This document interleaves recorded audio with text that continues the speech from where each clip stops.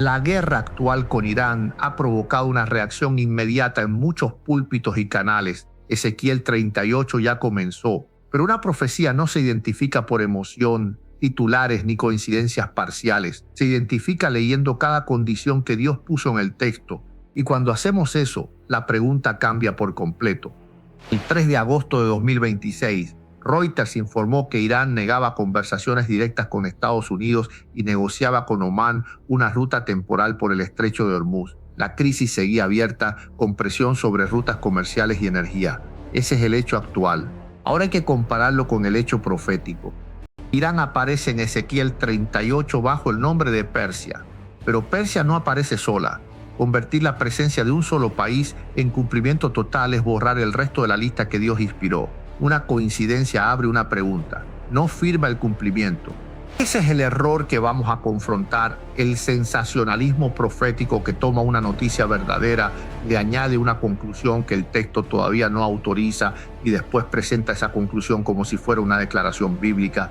La Biblia no necesita exageración, necesita lectura completa. Ezequiel 38 comienza nombrando a Gog de la tierra de Magog, relacionado con Mesec y Tubal.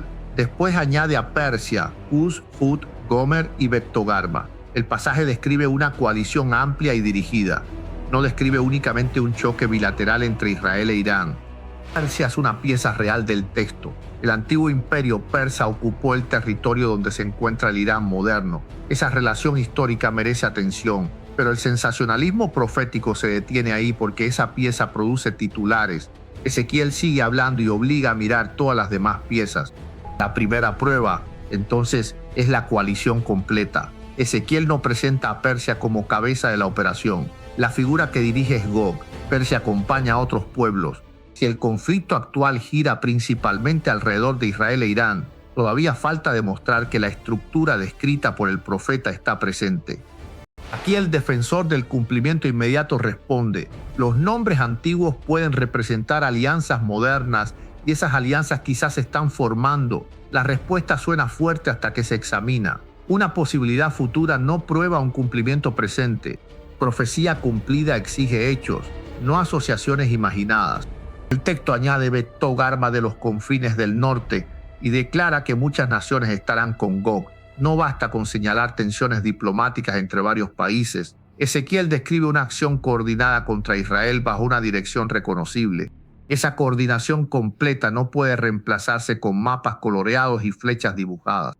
También aparecen Cus y Phut. En el mundo bíblico, esos nombres señalan regiones al sur y al oeste de Egipto, vinculadas con el noreste de África. El punto no es fijar cada frontera moderna con arrogancia. El punto es que la coalición de Ezequiel tiene una amplitud que un conflicto entre dos estados no reproduce por sí solo.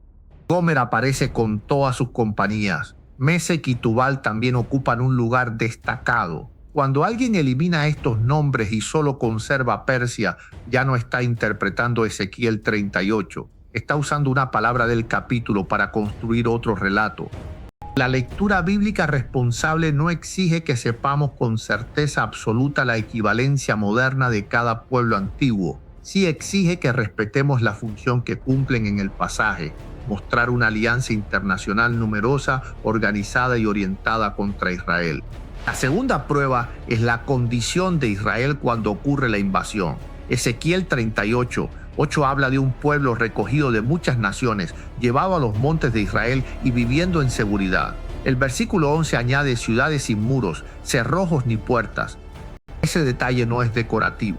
El enemigo ve una población confiada y piensa que puede entrar sobre una tierra aparentemente desprotegida. El plan nace de la percepción de seguridad. El sensacionalismo profético suele saltar desde Israel existe hasta todo está cumplido, ignorando cómo describe el texto la situación interna del país. Israel volvió a ser un estado moderno en 1948 y recibió grandes olas de inmigración judía desde muchos países. Ese hecho encaja con el tema bíblico de la reunión nacional. Pero reunión no significa automáticamente que cada profecía posterior ya esté ocurriendo en el mismo momento. El El texto dice que Israel vive confiado. La guerra actual demuestra precisamente que el país mantiene sistemas de alerta, refugios, defensas y una vigilancia constante. Podemos debatir cuánto significa seguridad en términos proféticos, pero no podemos fingir que esa condición está resuelta solo porque Israel habita nuevamente en su tierra. Algunos intérpretes responden que la seguridad puede ser relativa, no absoluta. Esa es su versión más fuerte. Aun aceptando esa posibilidad, el problema permanece. El pasaje no describe simplemente un país capaz de defenderse. Describe a Gog calculando que entra sobre una población confiada para tomar despojo. Por eso no basta con decir, Israel está en la tierra y Persia existe. Ezequiel entrega una secuencia. Israel es reunido, habita en una condición concreta. Gog concibe un plan, convoca una coalición y entra con un propósito determinado. La interpretación tiene que respetar la secuencia completa. La tercera prueba es el motivo de la invasión. Ezequiel 38, 10 al 12 dice que Gog concibe un pensamiento malvado: subir contra una tierra de aldeas abiertas, tomar botín y apoderarse de bienes. La motivación económica aparece claramente dentro del plan. Reuters explicó el 3 de agosto de 2026 que Irán buscaba aumentar la presión mediante rutas marítimas, infraestructura energética y el estrecho de Hormuz. El análisis describía una estrategia para encarecer el conflicto y ganar poder de negociación. Eso explica el presente, no prueba por sí solo el motivo específico de Gog. La diferencia es sencilla. El conflicto actual incluye cuestiones nucleares, seguridad regional, control de rutas y presión política. Ezequiel describe a una coalición que entra sobre Israel para llevarse bienes. Puede haber conexiones futuras, pero el intérprete no puede sustituir el motivo escrito por otro motivo más conveniente. Ezequiel 38, 13 introduce a Sabá, Dedán y los mercaderes de Tarsis, preguntando si Gog viene a tomar despojo.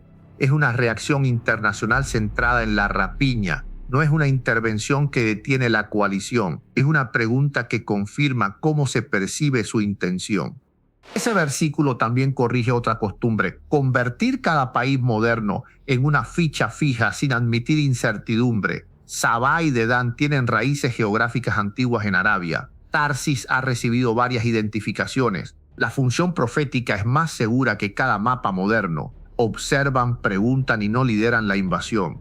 El sensacionalismo profético hace lo contrario. Primero escoge los países que desea ver. Después busca cualquier tratado, visita o desacuerdo que permita pegarlos al capítulo. La escritura obliga a empezar por el texto, definir sus condiciones y solo entonces mirar los acontecimientos.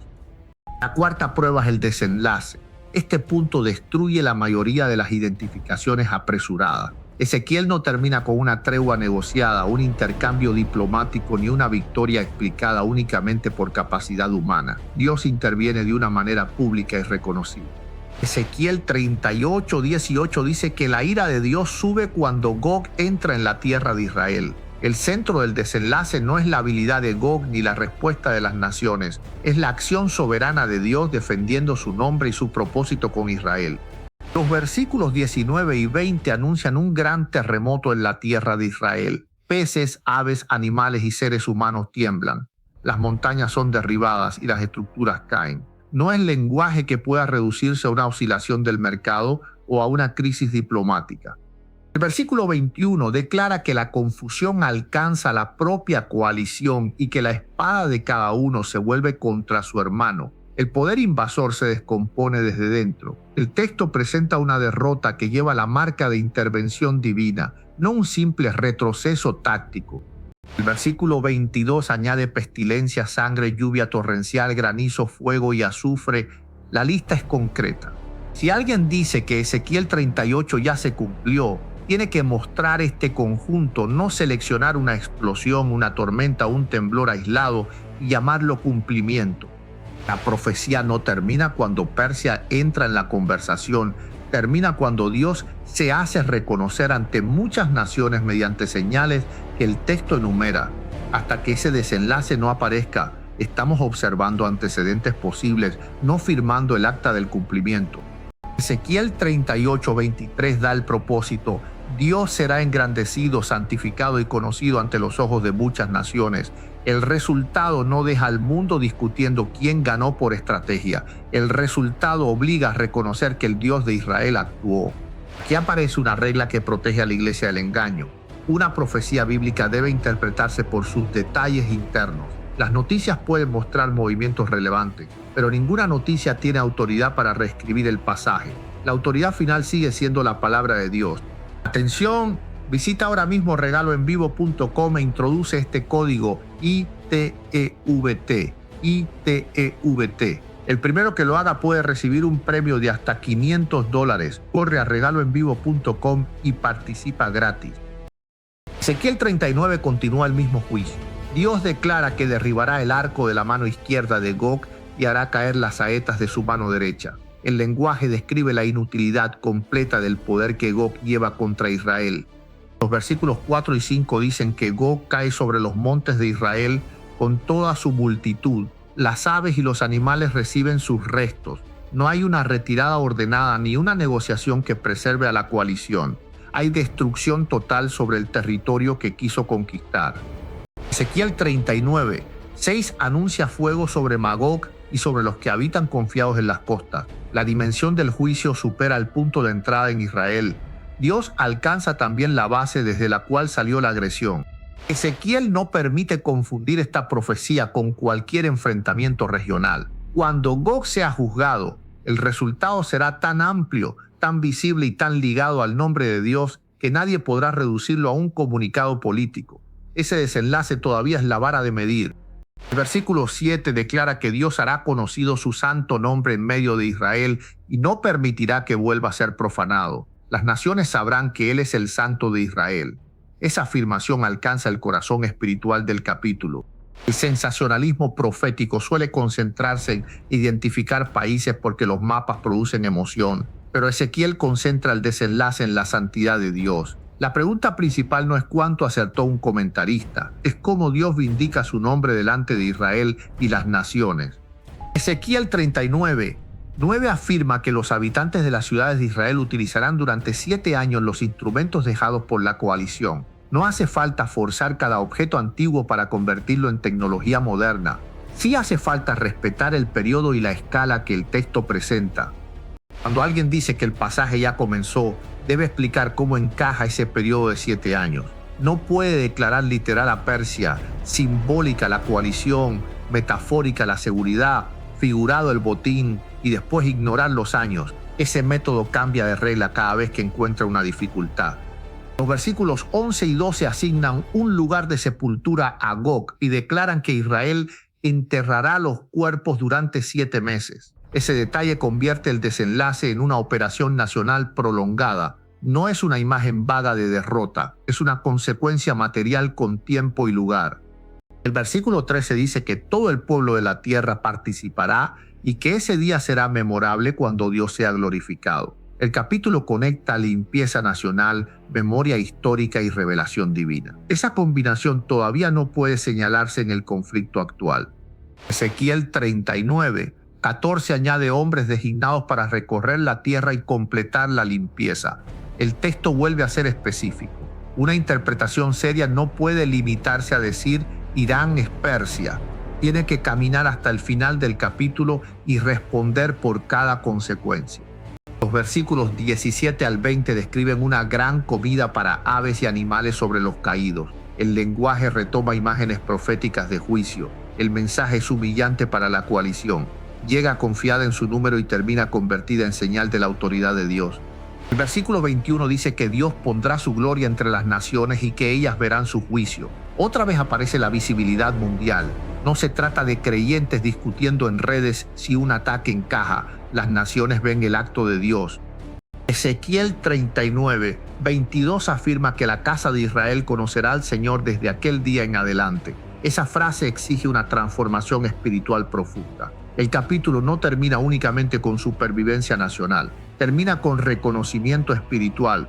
Ese dato crea una dificultad enorme para quienes declaran cumplimiento inmediato. La sociedad israelí actual es diversa y la respuesta nacional descrita por Ezequiel todavía no se ha producido. Amar a Israel no significa inventar etapas. significa creer que Dios cumplirá cada palabra en su tiempo. Los versículos 23 y 24 explican que las naciones comprenderán la causa del antiguo exilio de Israel, su iniquidad y el juicio de Dios. Después el capítulo anuncia restauración y misericordia. El relato une disciplina, pacto y restauración sin borrar la identidad de Israel.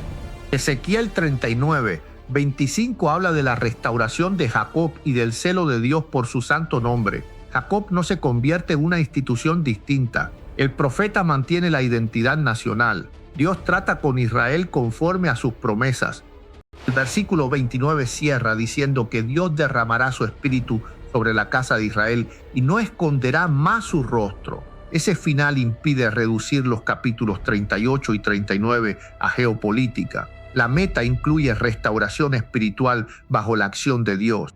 Ahora podemos evaluar la guerra actual sin miedo y sin fantasía. Primera observación. Persia está presente porque Irán es el heredero geográfico del antiguo territorio persa. Eso hace que el conflicto merezca atención profética, pero atención no es identificación total. Segunda observación. La coalición completa de Gog no está demostrada por el simple hecho de que Irán tenga socios, aliados o relaciones regionales. Ezequiel describe una alianza concreta, numerosa y dirigida contra Israel. La existencia de vínculos diplomáticos no equivale a esa movilización.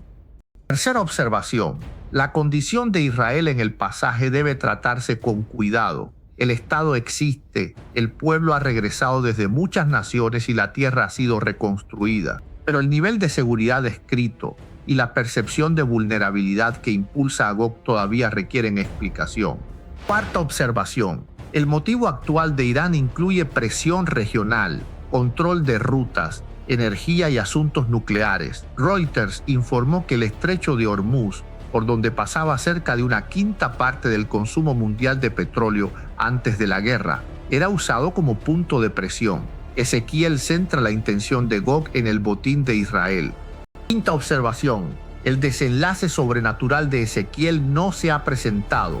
No vemos la cadena completa de terremoto, confusión interna, pestilencia, lluvia, granizo, fuego, reconocimiento mundial, 7 meses de sepultura y 7 años de aprovechamiento de los restos. Por tanto, la forma bíblica de hablar es esta. La guerra actual puede preparar condiciones, alterar alianzas y recordar que Persia ocupa un lugar en la profecía. Pero afirmar que ya estamos viendo el cumplimiento final excede la evidencia que Ezequiel ofrece. La Associated Press situó el comienzo de la guerra actual el 28 de febrero de 2026 y registró respuestas iraníes contra Israel y otros puntos de la región junto con la disputa por Hormuz. Es un cambio serio en la historia regional. No convierte automáticamente el calendario de AP en el calendario de Ezequiel.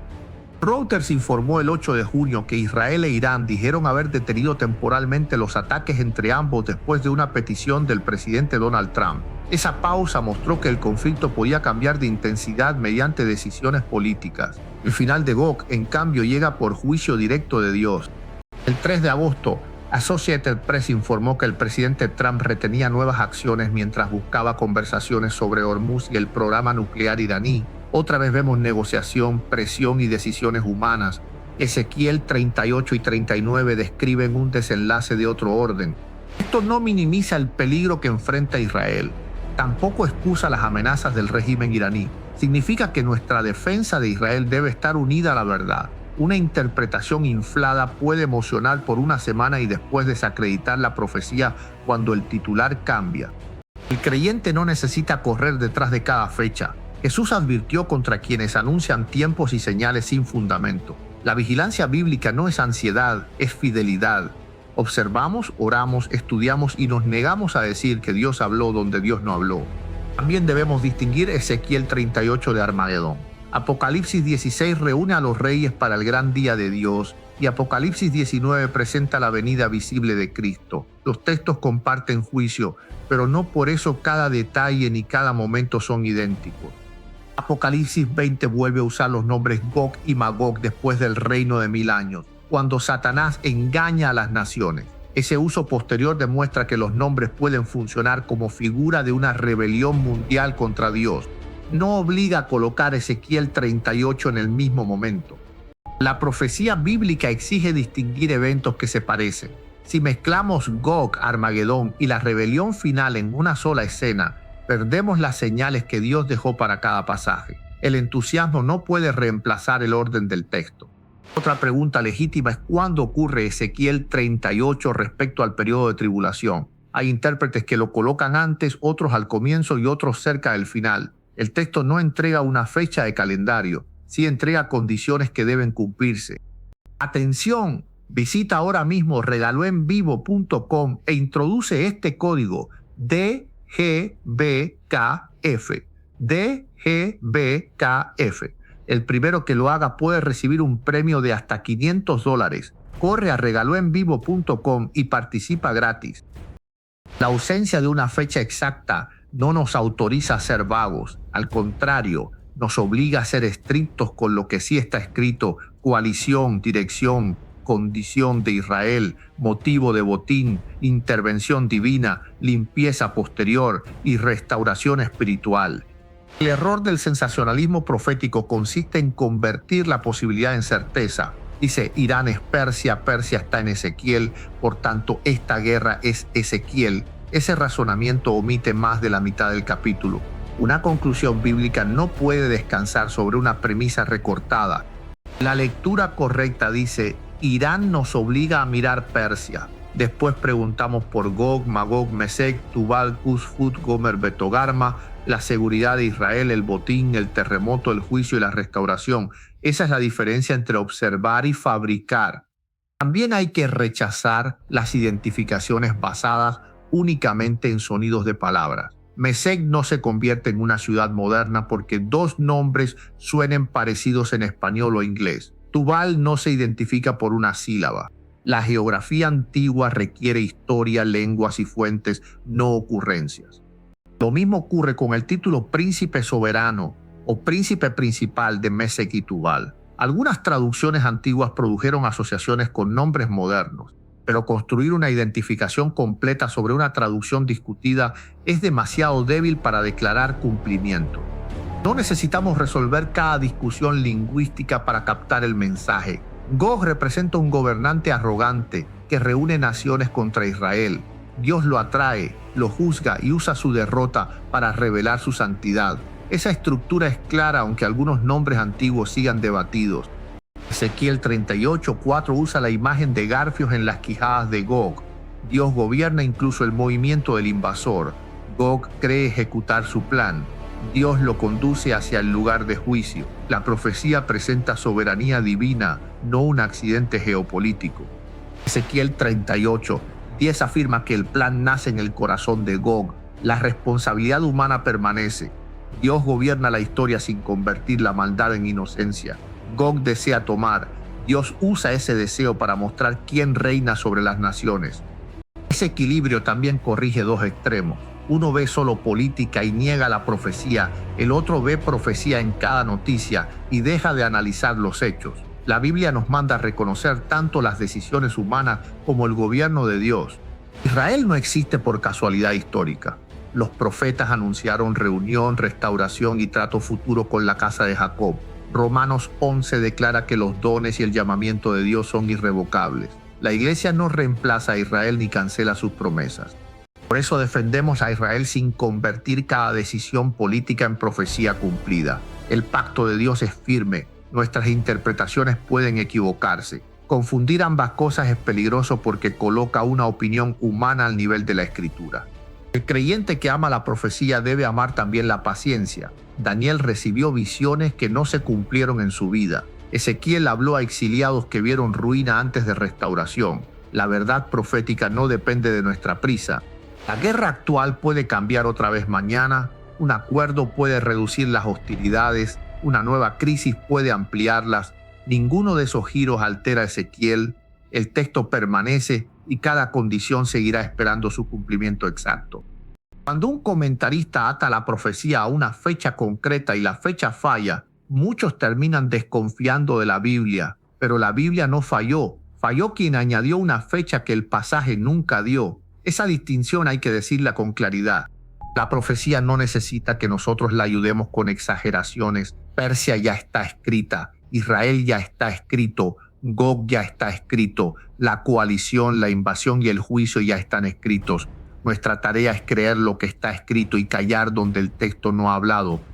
Entonces, ¿qué debemos observar en los próximos meses? Primero, cambios reales en las alianzas alrededor de Israel, no simples declaraciones, sino coordinación estable entre los actores que puedan corresponder a la estructura de Ezequiel. Segundo, debemos observar cualquier cambio profundo en la sensación de seguridad dentro de Israel. El pasaje presenta una confianza que influye en el cálculo de Gog. Esa condición importa tanto como la identidad de Persia. Tercero, debemos observar el motivo económico relacionado directamente con la tierra y los bienes de Israel. El estrecho de Hormuz es central en la crisis actual, pero Ezequiel sitúa el deseo de botín sobre Israel. No son el mismo objeto. Cuarto, debemos recordar que ninguna alianza humana puede producir el desenlace que Ezequiel atribuye a Dios. Cuando llegue, el juicio tendrá una firma bíblica. La coalición se deshará, la tierra temblará y las naciones reconocerán la santidad del Señor.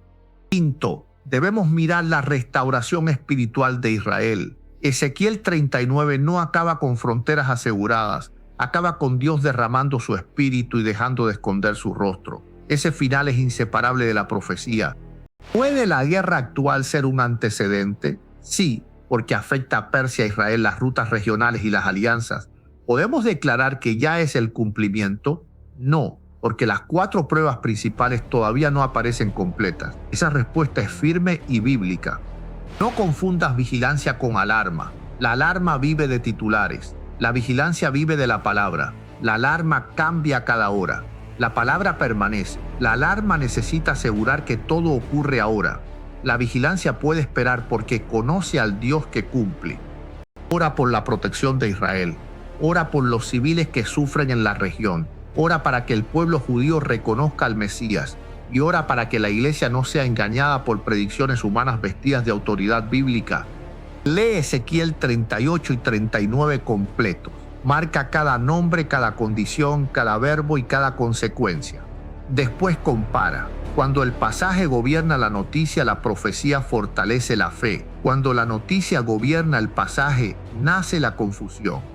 La guerra actual confirma que Medio Oriente puede cambiar con rapidez y que Irán sigue siendo un actor decisivo contra Israel. Pero Ezequiel anuncia algo mayor, una coalición definida, un propósito específico, una intervención sobrenatural y una restauración que alcanza el corazón de Israel.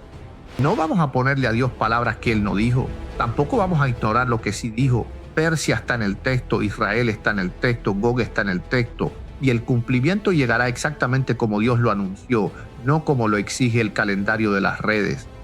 La exhortación final es sencilla: mantente despierto, pero mantente en la Biblia. Defiende a Israel, pero no conviertas cada crisis en fecha profética. Rechaza el sensacionalismo y conserva la esperanza. El Dios que guardó su palabra durante siglos no necesita nuestra prisa para cumplirla. Mira lo que acabamos de ver.